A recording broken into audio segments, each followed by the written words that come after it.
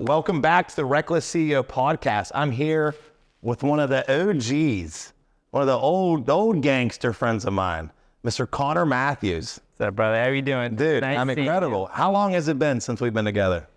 St. Patrick's Day. Last time we saw each other, we saw each other for like a day. Yeah. It's on St. Patrick's Day, so I don't really remember too much, to be honest. But it was probably 4 years.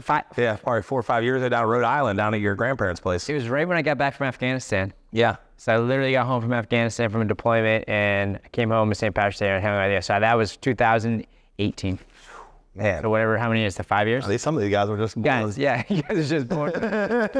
But we'll give you guys a little insight on us, right? So after high school, I moved up to Boston, Massachusetts, played junior hockey up there. Yep. And that's where you and I met, really, for the, Bridgewater Bandits. Bridgewater Bandits. You and I are kind of like the old guys, you know what I mean? Because it was like young kids playing at the level that we were playing at, and we were kind of like the old guys, and so we naturally kind of gravitated.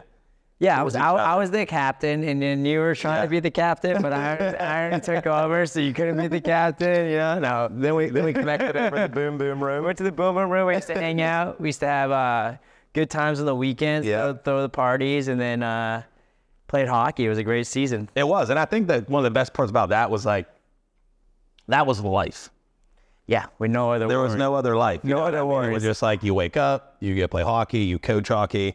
Yep. Go home, you hang out, you wake up. Did you even go to school? Or you never went to school? I've actually never even applied for an SAT or an ACT. I've never taken them. Yeah. So I went to high school at that time, but I was playing hockey as well. But you were just living the life, man.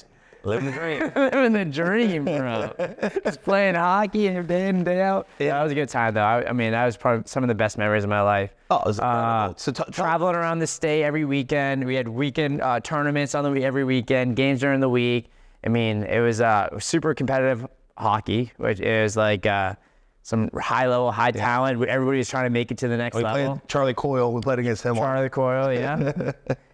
We played against a lot of good guys. Yeah. So it was awesome. And I would say, like, for me, if I could regrets, right? If I look back at anything I would regret, I regretted hanging it up when I did. Like, I wish I would have given it, like, gone on to just play D3 at a different, like, going on to just play longer. You know what I mean? Because I say that a lot, too. Right. Well, I look back and I'm like, damn, dude, I changed everything when I came here. There's a lot of culture with like high school. Everybody aligns where their athletic ability is going to be coinciding when they graduate high school. Like if you're a senior in high school and you don't have a commitment to a D1 school, or you're not getting looked at by professional teams, then that's it. Yep. You should pick a different route.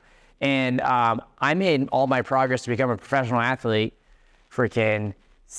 I made it to the UFC 10 years after I graduated high school. Yeah. So it's like, I think it's a false narrative that people follow is like, with athletic abilities at least, or anything really in life, is like, this is where you're at this life. If you're not making it, pick something else. Yeah. You know, submit to the system. Go get a job. Don't do that. You're not going to make it. No, I think that's completely wrong. I agree. I think I hung him up too early as well. Yeah. I think I should be playing for the Boston Bruins right now. But, you know, I made it to the NFL. I made it to the UFC instead. No, but I agree. Actually, I went out to, I flew out to San Diego a couple weeks ago, and going out to like a public speaking, a coaching event out there. And this guy's whole thing was, he's like, make a 20-year plan. Yeah. Right? He's like, because if you can set up the 20-year plan, like, everybody quits. Right? You and I were talking about it at lunch today, and like, we look back at all the people we played hockey with, there's not two other people that are still going. Yeah. Like, everybody has just got into the system, they work jobs, they're not creating anything, they don't have businesses, they're not in the UFC. Yeah. Right? All the people we played with have all quit. Yep. Like, they're not in the NHL if they ain't playing anymore. So it's literally just about sticking it out and just going, because eventually everyone's gonna give up. And as long as you're the last man standing, you win. It's 100%. I mean, I see this a lot with, my special operations background. You know, I do that, and going through selection and everything. I think I tell the guys right now, that's my job right now, is to prep people to get into special operations for the Air Force. And the number one thing that really matters, I don't care where you start. I don't care how athletic you are. I don't care how smart you are. I don't care what your natural talents. It's the one common denominator. The only thing that really matters is ability not to quit. Yeah. And that's just moving forward. It's a mental battle every single day of just like, maybe you didn't accomplish what you wanted to accomplish in that day, but as long as you're taking small steps in the right progression, and then waking up the next day and doing the same thing over again, and just not submitting and just choosing an alternate. You know what I mean? With ultimatum is quitting. Right? So let's talk about that. I continued to play. I played juniors another year. You left and went to, I know your parents were there kind of like, all right, Connor, you got to either quit fucking off or go to the military or like, what's happening? So we played our juniors. I ended up, remember that year, I went back to play for my high school because I was going through high school that year, and I wanted, there was something about, I played 3 years of high school. So when it was my senior year to kind of leave my high school, like left out, I kind of felt bad. So I went back to play for my high school. We had a pretty good season. We knocked out the number 1 seed team in the playoffs. We had to beat one team, and then we're going to go to the finals to play at the Garden. Is that when you win, you play at the TD Garden.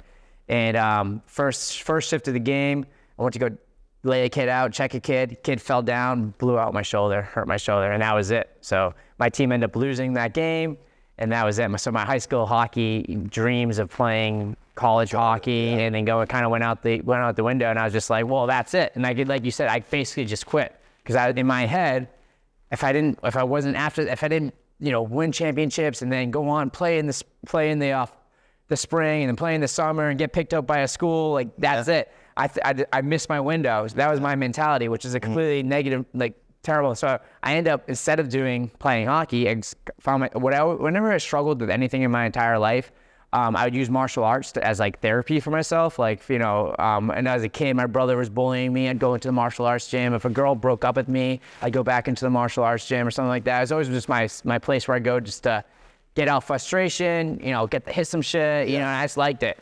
And that's what I did at that. I was like, all right, well, I guess hockey's on. I was depressed. So I started training.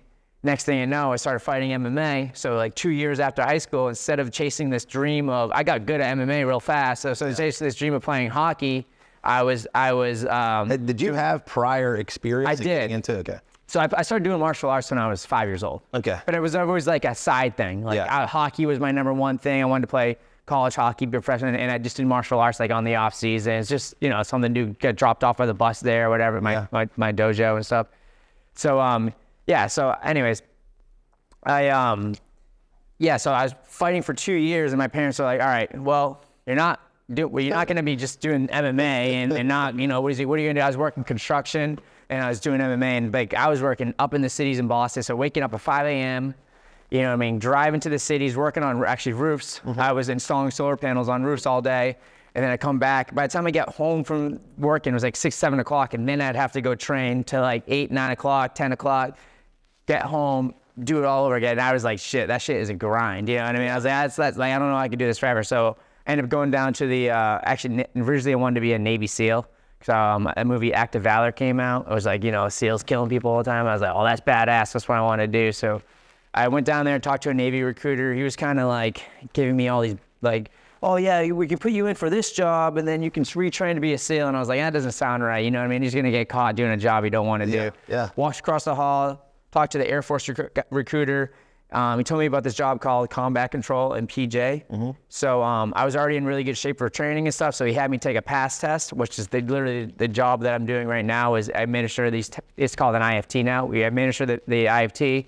So I met up with the combat controller. We took the IFT. I blew it out of the water, swim, run, push-ups, pull-ups, sit-ups. So there's actually a kid slotted to go before me, but since I had such high numbers and he didn't do that well, they let me take his spot. And next thing you know, I shipped out to be a combat controller. Actually, the guy goes like this, all right, we have 2 jobs. You're going to be a pararescue guy or you're going to be a combat controller. What ones do you want? I'm like, I just want to do the best job. And he goes like, you got to pick one or the other. And he's like, do you want to kill people or do you want to save people? And I was like, well, I guess I want to kill people. So he put me in as a combat controller. Yeah. So what was that like? I mean, and you basically, where were we stationed? Where did you start? What did that look like? So the pipeline's 2.5 years. Pipeline is our schools that we have to go through to become a combat controller to get your beret. So when you get your beret, you're considered a special operations combat controller. So the attrition rate is 95%. No one, so not very few make it. Yeah, we started with 100 something, over 100 people. You only get left with 5 people, 4 or 5 people. So and that's 2.5 years, man. So like, guys you've been chilling with every single day, grinding in the ditches, like a year in, 2 years in, like they get cut out of it. So you know what I mean? A lot of people quit. A lot of people self-eliminate because it's such a grind. We do we do Halo, which is high altitude, high open, like, you know, jumping, skydiving. We do dive school. Dive school is probably one of the most challenging schools where you're getting drowned a lot before the training and everything. We do our, you know, our basic soldiering schools or combat control school where we learn our job. So I'll just tell you guys what a combat controller does. A combat controller is a special operations member who attaches to like Navy SEALs, or they attach to Army Green Beret Special Forces. And our job on the team is to call in the airstrikes or anything to air to ground. We're air traffic controllers.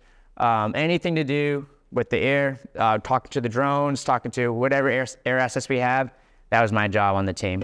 But you're on the ground, you know, in the stack, you know, Call of Duty style. You guys, You like watch your screen and they're like running. You're just no, we're not watching screen. Everybody says that. I don't watch the screen. The only screen I have is a cell phone that I used to keep on my kit, and I flip it down, and it would have like I have a GPS on it, and I can see where I'm at, and I can see where my guys are at. But that's it. Other than that, there's no screen. You're all talking on radios, and you have a gun, and you're on the battlefield fighting. So yeah, everybody gets that mixed up because you say combat controller, but yeah. Yeah. So anyways, I did that. Now, were you training UFC while you were there? I would train. I mean, how often were you? On the weekends here and there, but not like consistent. Like it would just be like very, you know, first of all, the pipeline, you're so smoked from like the grueling training. You're not doing anything extra, you know what I mean? Once I got on team is like when you get to actually be able to like, you know, do stuff and you get to deploy and stuff. I got on team, I would train on the weekends here and there. They got a deployment to Afghanistan. So I did that. That was, you know, I got to actually do the job, which was pretty cool. A lot of people, you know, they don't get that experience. Sometimes they trained all this time to become a combat controller and they don't ever get the point to go to do the job. So I actually got to do the job. And, so that's what happened is when I came back from Afghanistan, I was kind of dealing with some like PTSD, you know what I mean? It wasn't myself, you know, just whatever it is. So like at any time in my life where I was struggling with anything, I use martial arts. So that's exactly what I did. So when I came back from Afghanistan, I wasn't planning on being in the UFC. Yeah. My whole idea was like, I'm going to come back from Afghanistan. I'm just going to get to the job and get my mind right, get into the gym, start training. But when I got back training, I got way better, way faster than I ever have in my entire life. Yeah. My mentality changed. The patience and just like, once you see that shit, it's like, everything else kind of slows down. The real world combat, all right? So you never mind getting in a fight, right? I'm going to get in a fight. I went to real combat. Yeah. Like, I don't care. What am I going to do? I'm going to get knocked out? Okay, I'm not going to die. You know what I mean? Right. There was that. There was all the training of like, you know, the water confidence of getting drowned and stuff like that, how to stay calm in stressful situations. Just breathing. Just breathing, exactly. Taking air away. I mean, that was months of my life where I was getting drowned in a pool. So it was like, you know, I took all of that and I was just able to learn. I was able to stay calm and relax in really stressful situations a lot better than I ever was before that. And I think that I just applied that to MMA, which is something I was already doing my entire life. I got way better, way faster. I took like 3 amateur fights when I was out there. Actually, I won the first 2, then I got a title fight. I took a fight when I had the flu. Shouldn't have done it. I thought it was Michael Jordan in the flu game. I watched that documentary. I was like, I'm out here. Don't do that with fighting, man. You get knocked out. I got knocked out. And then I came back home. I decided I wanted to fight. I moved back to Boston after I decided to get out. I was like, you know, I think this MMA thing can be something. Yeah. And I started training. I spent 4 years trying to get back into the UFC. So yeah, and we made it, man. So no, I mean, every like you win 2, you lose 1. Yes. You get back into it, right? You're moving there. I mean, you got onto the Contender Series last year. Yeah. So talk a little bit about that. Yeah, it wasn't a straight fucking easy line to get into the UFC, especially where I'm at. Right. So I'm 31 years old, so I'm not a kid anymore. So I got back. So never mind, we throw the pandemic in there. So I got out 2019, 2020. I moved home to start fighting. I had a couple fights. You know, I think it was like 3-0 initially. I knocked out a couple guys. First knockout was 7 seconds. I finished another guy in 57 seconds. Finished another guy in like I think another 57. Yeah, because when you went to the Contender, you had never gone more than a minute. No, I was just everybody I fought besides that amateur title that I got knocked out for, and everybody else I finished within like 12 seconds. You know, fast knockouts. And so I won on the Contender Series. Basically, I had no experience fighting anything past the first round when I got to the Contender Series. Flew out there. I I flew out on a Saturday and I fought on a Tuesday. So like when it comes to cutting weight, dude, I gotta get Boston to Vegas. You had to get to the time adjust. So it was 3 hours. That messed me up. I didn't sleep. I literally slept like probably 4 or 5 hours for like in 3 days. I just could not sleep. I was all fucked up. So anyways, I fought Francis Marshall. Usually I weigh in. After I weigh in, I get from 45, I get back up to 65. I only got to 153 pounds, which is like cut to 145. Yeah. And then usually fight at 165 the next day. Yeah. And I only got up to like 153. Because he was a pretty. He's athletic, thick. Yeah. He was like 22. He's like older than you guys, but he was a kid. You know what I mean? When I was in the military and I was 21, 22, like I could do anything. Like I didn't need recover. I didn't need sleep. Yeah, he recovered good. He got in there. I like Francis Marshall. Me and him trained sense-wise. He gave me a war. We had a 3-round banger of a fight. Banger, dude. Unfortunately, my face was all fucked up. Cut my nose, stitches. He got the contract, which, I mean, my hat's off to him. He was the better fighter on that night. And, but all that work, I put all that shit, everything into, like, I don't know if you guys know about fighting. He's like, there's no money in it. You know what I mean? I'm like, I'm just scraping by the last 3 years just to fucking, just enough money to get my gas to the gym, train, you know what I mean? Just food, everything, you know. Everything you do and train another fighter is just enough to keep training. Exactly. Like I'm holding pads which is exhausting when you're actually holding pads and stuff and wearing on your body just enough so you can, make it to the fights. But so I took that loss and I came back and then, so then I'm like, fuck. Yeah. So how did that happen? I know when you I feel like you lost but you got so much momentum after the loss. It was like, even with Dana White talking about when you got signed. I switched up stuff when I came out. So I realized there was big holes in my game. Because like I said, before that, I saw no adversity in the ring. Yeah. I was just smoking guys. So when you're just beating people and you're not hitting adversity, you're not learning anything. Yeah. You know what I mean? If I go in there and just finish a guy in fucking 7 seconds, okay, great. What do you need to work on? Yeah. I just kept on doing the same thing that I've always been doing. Yeah. And so I think after that fight, I realized that I needed to change things in the way I was training. And luckily enough, is I signed with Tyson Chartier, who's my manager. He's the coach of the New England Cartel. Mm-hmm. So he started inviting me to let them come up to his practice. So my team, after I fought the first time, I used to fight at Joe Lozon's gym. And then I kind of had some stuff going on there as well, some personal stuff that we had going on.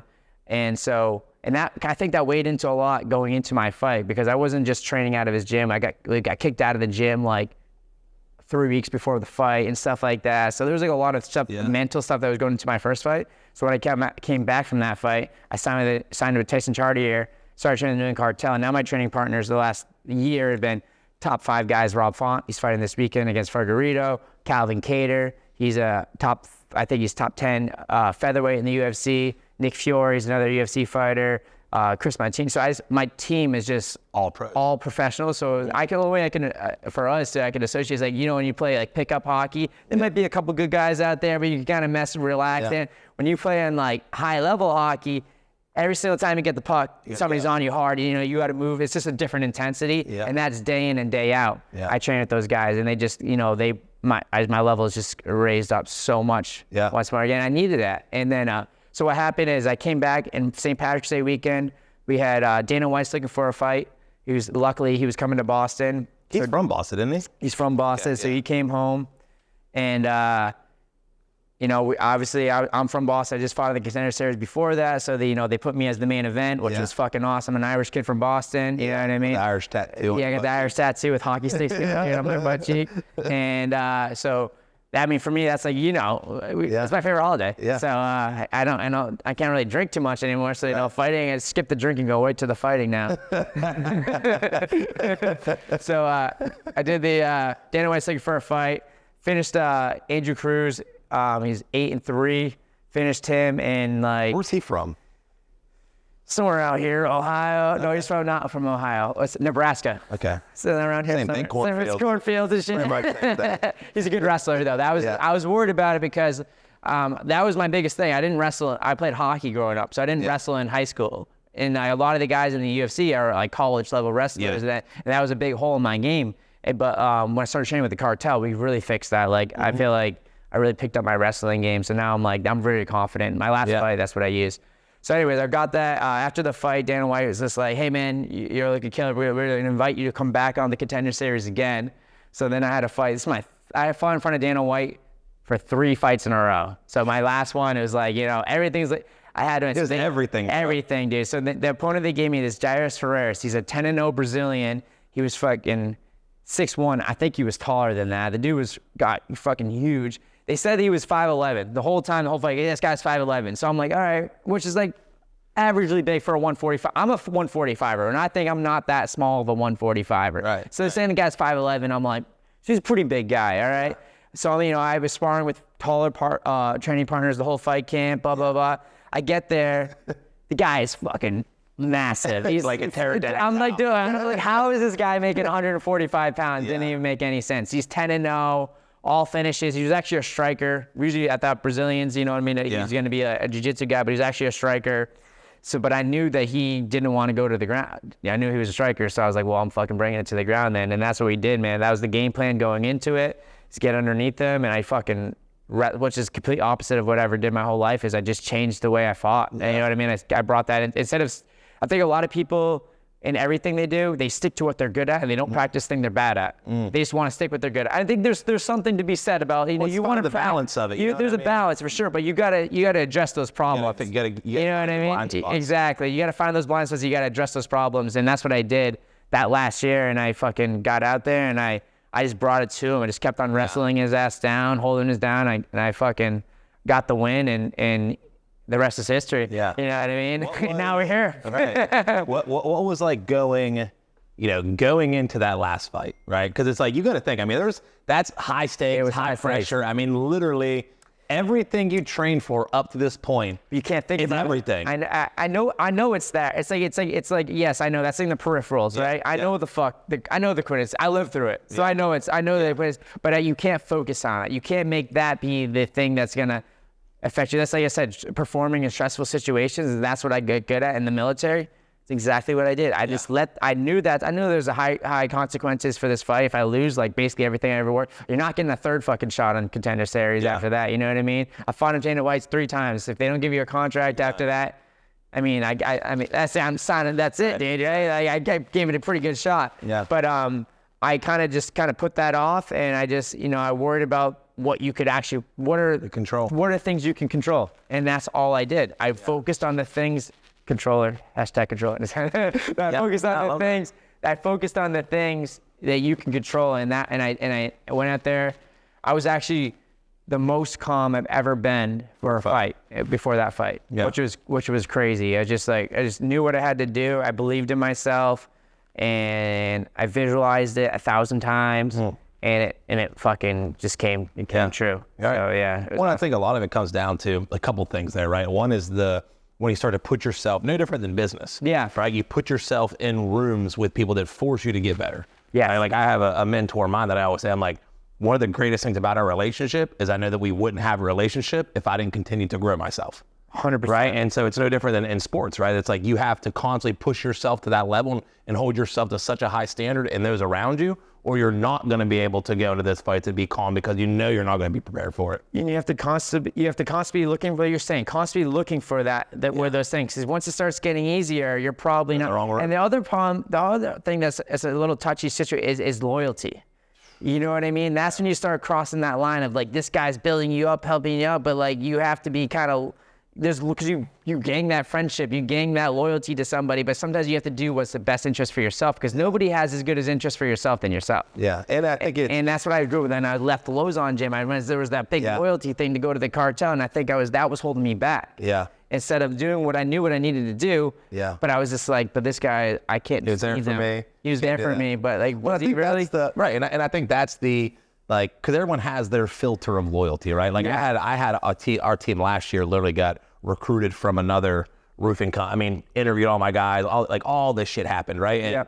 And in the moment, like my flesh, when all this went down, I'm like, God damn, like all these guys are loyal to me. I was feeding them, I was putting them up. It's like a snake, right? Yeah. You can house them, you can feed them, and in a second they can turn on you. You know what I mean? And it's like, But you have to also understand too. It's like, what in me Exactly. is allowing that to happen, right? If you have a problem with that, then you're obviously not on my side. Yep. That's the way you have to look at it. And if as long as you communicate and you're open about what you're doing, there shouldn't be a problem with that. And if there is a problem, then you ain't the right one anyways. fuck them. Yeah. You know what I'm saying? You know what I'm saying? You got to be like that. And I just feel like, it's just easier to appease people. I have a problem with that by myself all the time. I always want to appease and be nice and make people like me. I think it's just a natural thing for a lot of people. Yeah. You know what I mean? But like there's a time and a place where you got to be like, all right.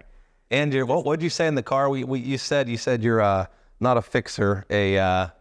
Oh man, remember we were driving? I was like, it's something about seeing people like hit their potential, right? You want to.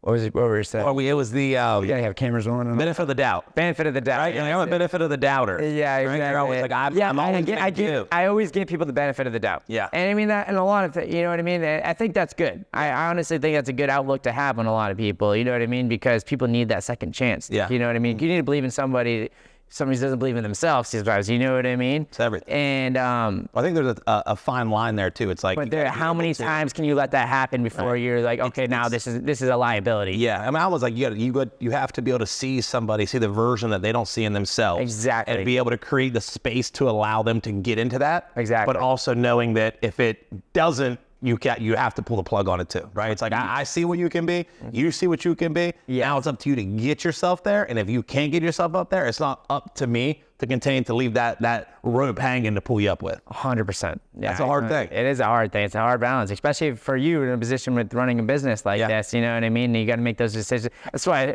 being a boss is a lot harder than you think. You know what I mean? It's stressful. It's fun. Stressful as hell, dude. So I feel like I'm going into that Dana White third fight a lot of times, dude, every day.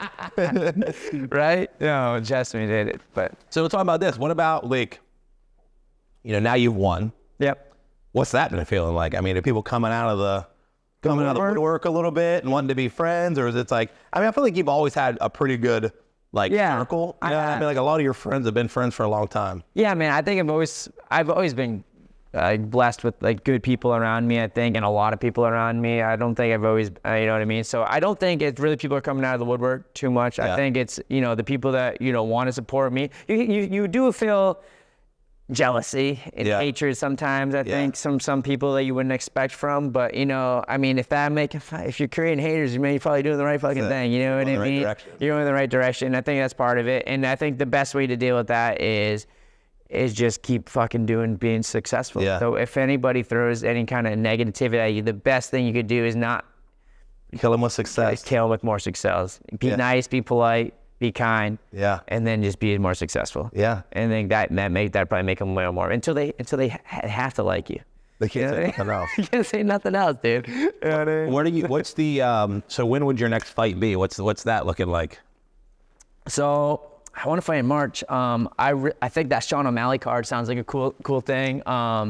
You sparred with the dude that he fought with, didn't you? Wasn't there like a green hair guy or something? Yeah, so I trained two of my buddies. So Chris Montino. He was the one that he was. I don't know if you guys love Sean O'Malley probably. By your age, I could tell. Yeah. I love God. Yeah. So the kid with the mohawk, that's Chris Montino. He's one of my good friends. Me and him have been sparring partners. He's actually on a tear right now. So he was in the UFC. He was on the wrong this thing. He's kind of training with the same people he's always been. Instead of switching gyms, getting to the right spot. He's now training with us, and I feel like he's just a whole nother level. He just finished 2 guys. He's up on I think he's going to be making his way back into the UFC pretty soon. And then my other friend I train with is Carlos Lazoya. He fought Sean O'Malley before Sean O'Malley was in the UFC, and he was beating him. He was beating the shit. He had Sean O'Malley down on the ground, smashing him. But then Sean O'Malley kept on looking to the ref. There's a video of this online. So Sean keeps looking to the ref, and he got disqualified for hitting him in the back of the head. No way.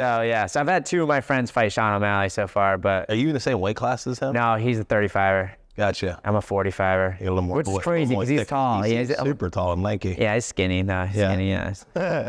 So March is the goal. March is the goal. I'd like to fight in that card. I'm a big Sean O'Malley fan as well. I'm not talking shit. Maybe a little bit, but I like him. You know what I mean? I think everything he's doing, he's very successful. He's really smart about what he does.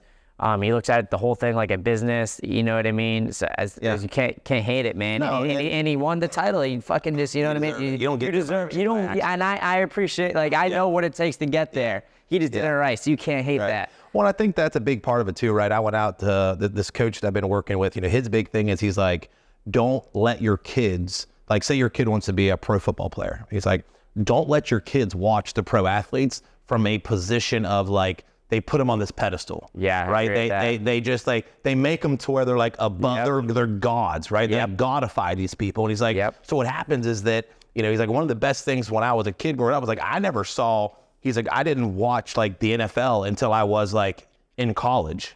Yes. Right. He's like, my first time being exposed to like that level of guys was in college when I was there.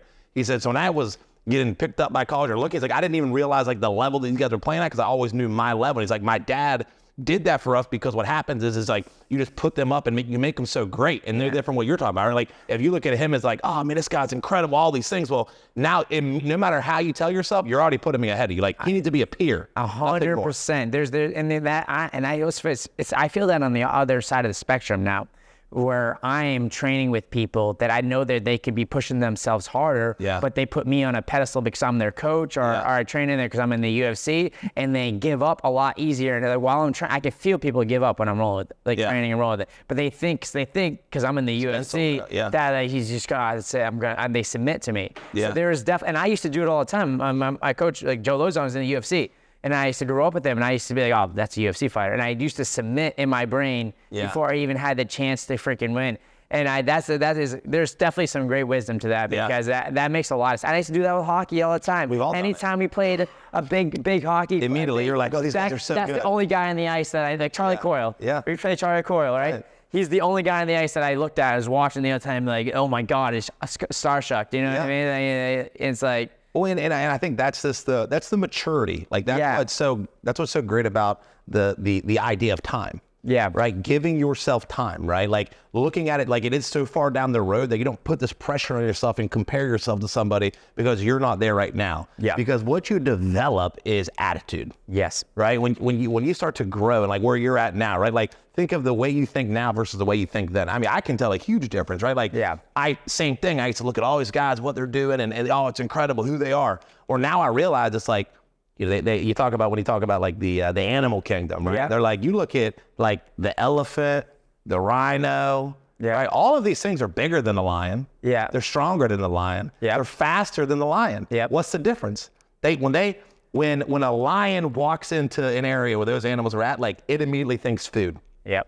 Well, those animals think that's a fucking lion. Yeah. You know what I mean? No matter how big they are, bro. Like, and that's truly it. It really comes down to the way how you hold yourself, the way that you think, and constantly being able to reframe that filter you run things through. Like, nah, bro, I have everything they have. There ain't nothing they got that's better than me. 100%. That's a mentality, man, and that's the difference between and being able to, all the top level guys. And I look at the same thing, man. Like UFC, that's the only thing I really can compare it to right now is like when I watch those guys fights. It's like I know if I keep my mentality the way I needs to be, I can do what those guys. So that's why Sean O'Malley, I'm impressed with Sean O'Malley, what he just did. Right. Because he did this. He's not necessarily the best grappler. He's not necessarily the best, but he just has that mentality where he knows how to perform with that mentality on fight day. He keeps his confidence about him. He keeps calm. He keeps collected, and he goes out there and performs because he believes in himself that much. You just have to have that belief and almost be able to shut those doors around you and believe in yourself and go out there to be able to do it. And I think a big part of what you said earlier. It's all mental. The game is mental, bro. On all aspects. Every aspect. Because it's like there's nothing that I possess now that I didn't possess then. Right. Right? I'm further along. I've made it farther than I've ever been. Maybe I have more skill sets and whatnot, but it wasn't like I ate a pill and it was like, well, man, I got it now.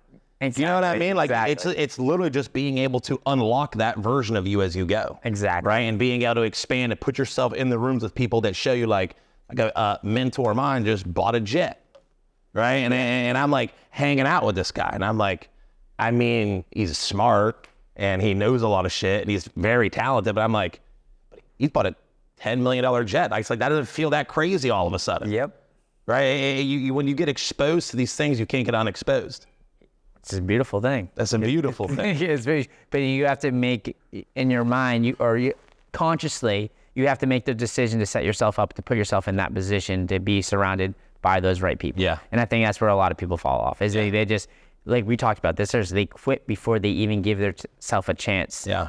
That's where we started off this podcast, right? Is people quit before they even give themselves a chance to get exposed to those situations. Right. It only takes one time. Exactly. Right. It takes one time of being able to unlock a level, have a conversation, meet somebody, open a door for you. It's the relationships that you get, right? Just like you talking about transition in gyms. Yeah. If you'd have never created that relationship, Yep. if you'd never met those guys, you might have never been, you wouldn't be where you're at. Exactly. I could have, there's times where I could have negatively, you know what I mean, ruin those relationships before I even had a chance to train with those guys. Yeah, like self-sabotage. Self-sabotage, because I wanted to train, like I know, like before I wanted to train like those Calvin Cater and Rob Font, like I said, putting those guys on the pedestal. Whenever they came around to the gym and stuff like that, I knew where they were, and I could have kind of like, well, but they didn't. I tried to train with them a couple times before that, but they kind of didn't let me. So I could have been like, fuck those guys. Right. You know what I mean? They didn't want me to train. I don't need those guys. Fuck those guys. But I was never like that. Right. I kept the relationship open. I was like, oh, I understand, blah, blah, blah. You know what I mean? Until the point where, like I said to my, is undeniable. You know what I mean? Like there's no other good guys. Like there's other guys that, I'm going to train with you. They need me to train with them. Right. Because I'm the only other guy around here that's fucking still good. That's still good. I was still going. That they're going to bring me in to help them out. And, eventually I got my time where they invited me to come train with them, and I became a part of the team. And you know what I mean? It's mutual beneficial to that thing. You know what I mean? It's not just beneficial for me, it's beneficial for them as well. Yep. You know what I mean? And so long as I'm being a good teammate, and you know what I mean? And I think, like you said too, it's being able to stay prepared, staying ready so you don't have to get ready. Right? Like imagine if you wouldn't have been ready for the time you got that chance in, right? You might have taken your L, you're fucking drink or whatever. You know what I mean? You got to get up on that horse right away. Yeah. You know what I mean? And like now it's like when you win, you got to still take the bad things out of your wins. Yeah. All right. And go back to the gym and fix those things. That's even harder. It's easy to take bad things out of a loss and then be like, okay, I really suck now. Yeah. It's harder to take bad things out of a win and be like, well, I wasn't good enough. Yeah, maybe I won, but maybe I could have beat that guy in the fucking first round when I was on his back and I was trying to choke him out, but I let him get back up to his feet. Right. I should have finished that guy in the first round. Well, I Right.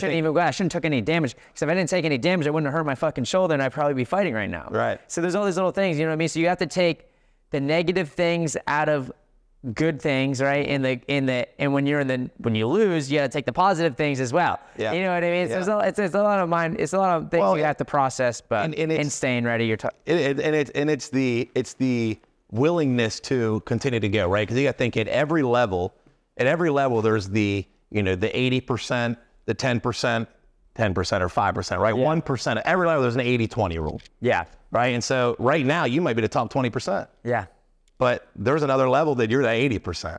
Yeah, there's that 1%. Right. You know what I mean? So it's continuing to be willing to acknowledge where you're at and be able to continue to push yourself and focus for what can become, where you want to go, right? Yep. It's like, because if you want to be, I would assume that you want to win. I want to be the champion. Right. I mean, that's the only way to do it. And it was almost like, I started to develop this mentality before I got to the UFC.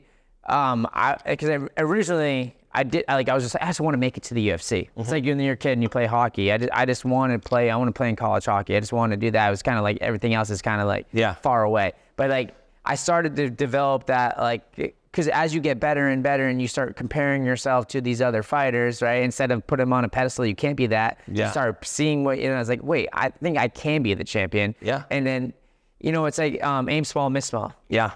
Yeah. You know what I mean? Like if you aim big, like I want to make, that's a big fucking target. Yeah. That's not a big enough fucking, you might miss way over there. But if I say I want to be the fucking champ, I'm hitting close. Right. You know what I mean? And I think the big part too, so there's a book called, what it says 10X is easier than 2X. Right. And the concept behind that is, when it comes to 10X, like, let's start with 2X. Right? So, okay, if I wanted you to get 2 times better than you are right now. Yeah. Right. Think of all the things you can improve on. You can be a better striker. You can be a better grappler. You can have better condition. You can show up, get a better coach. Like there's 100 different things you can do to get 2X better. Yep. Now, if I told you to get 10 times better, there's a few things think of all the distractions that start to be eliminated, because like for me to get 10x better, Yeah. I can't just do a little bit of this and a little bit of that. Like there's gotta be something that is going to 10x my game. Yep. And what happens is now the 2x, there's all of this. The 10x is straight line. Yep. Right. And the way that I look at it too, it's like I want to be like, my goal is to get into a push podcast, and I want to be the best speaker there is when it comes to leadership, culture, coaching. That's what I want to be. Yep. Right. And so to me, I'm like, that's exactly what I'm going to be. So I'm going to eliminate everything that's not that and put nothing but all of my focus into growing this place and growing that. Yep. Right. But if I wanted to be good at this and kind of good at this and this, like a good real estate guy and a good business guy and a good speaker guy, right? Yep. There's all of this shit, but it's like, if you can remove those things and just focus, you have way less. It's easier to go on to be the best than it is to just be better. I agree. I mean, you have to, I looked at it like on like a circle, right? You have like a whole bunch of skills and time, and you have your day as a circle, right? And then you could spend an hour right here doing this, spend an hour here doing that, spend an hour here. If you just stack all of your time in that one fucking line coming off that circle, you're gonna move yourself in a direction in the way you want to go, and then spreading yourself thin and going all over the place. And I think that's a big problem that a lot of people do. But you have to prioritize. It's not easy. Take a step back, analyze, and then go for it. I think that's where people kind of again kind of get caught up in the rut and like just going through the motions. Yeah. Well, it's creating clarity. Yeah.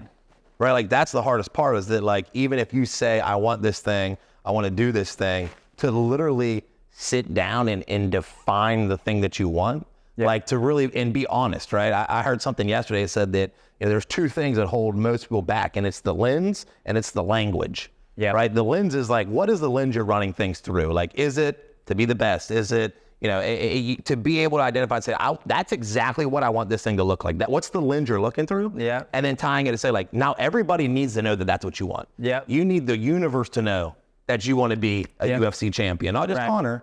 Everyone around you needs to know that that's the direction, because you speak that shit into existence. Fake it till you make it, bro. And that's what it's an easy way to say it. You know what I mean? Layman's term, fake it till you make it. And I did that. You know how many times I would be like, at a doctor's, or what's your profession? Before I was in the UFC, I'm a professional MMA fighter. Yeah. And they're like, okay. But you know what I mean? Like I'm telling everybody, what do you do? I'm a professional MMA fighter. I'm a professional MMA. Like, I wasn't in the UFC, but I just told everybody I'm a professional, because I knew I was going to make it to be and even if I wasn't, I knew if I just kept to it and I fucking made it happen. So, you know what I mean? Now it makes you like, you have to fake it till you make it. You have to believe in yourself before other people are going to believe in you. 100%. So talk about this. We wrap this up, then we'll get into some Q&A stuff. But what is one thing what's the biggest separator from Connor Matthews pre-UFC?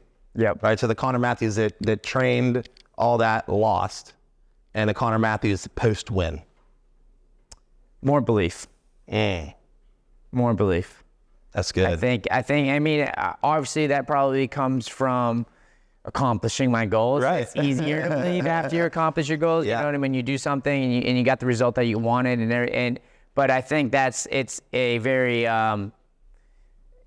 it's like times 10. Yeah. You know what I mean? I don't know how to explain that, but it multiplies now my belief in myself, because I was able to do it. So now I think that I'm able to do it in whatever the hell I want to do it. Yeah. You know what I mean? Yeah. And I can be successful where I want to be successful. It's like Miyamoto Musashi has a quote. You know what that is? He's a Japanese samurai. I don't really exactly know the exact quote, but he's like, if you become a master in one thing, you can become a master in all things. Yes. Yep. And I think that's like, you know what I mean? I think I did that with martial arts in a lot of ways, is I got myself to a level in that I can make myself be successful in a lot of different aspects of my life, because I know what it takes to get there. Yeah. And it's belief. And it's belief. And that's what once you master, then it's like, I feel like I can try. I barely feel that all the time as an entrepreneur. I feel like I get in this business and this business and this, because once you can create something that can grow in systems and scale and be successful, it's like, now you look at all these things and you're like, I really can do anything I want now, because I've mastered something. You just got to start from rock bottom. Yep. And you got to do one thing first. You got to do one thing first, because you can't do, you can't do it all. You can't be like, I almost got there and then I tried something else. And I almost got there and I tried something. You have to have figure One something thing. and you fucking, and the easiest way to do it is find something you're passionate about. Yeah. And I always say this to like everybody, it's just, I can work hard anywhere, but it's a lot easier to work hard in something that I'm passionate about. Yeah. You know what I mean? So like, I mean, I can show up to the gym monotonous work. and work fucking stupid drills that look super boring, and everybody else would just be like, I don't want to do that for 5 minutes. Right. I can do it for fucking an hour and a half, just like a footwork drill or whatever, because I'm that Love it. passionate about it. Yeah. You know what I mean? Because I know where the result, but like No, a lot of people are not willing to do that work. It's the monotonous, tedious shit that what gets people off. All right. All the big sexy stuff of fighting in the cage and going on podcasts and all this stuff is all flashy and great, but like it's all the little monotonous, tedious shit that you do when nobody else is fucking looking is the shit that really counts and put you in a position to be able to do this. Yeah, dude. That's know what I'm saying, bro? dude. Good shit, bro. I'm proud of you. I'm proud of you.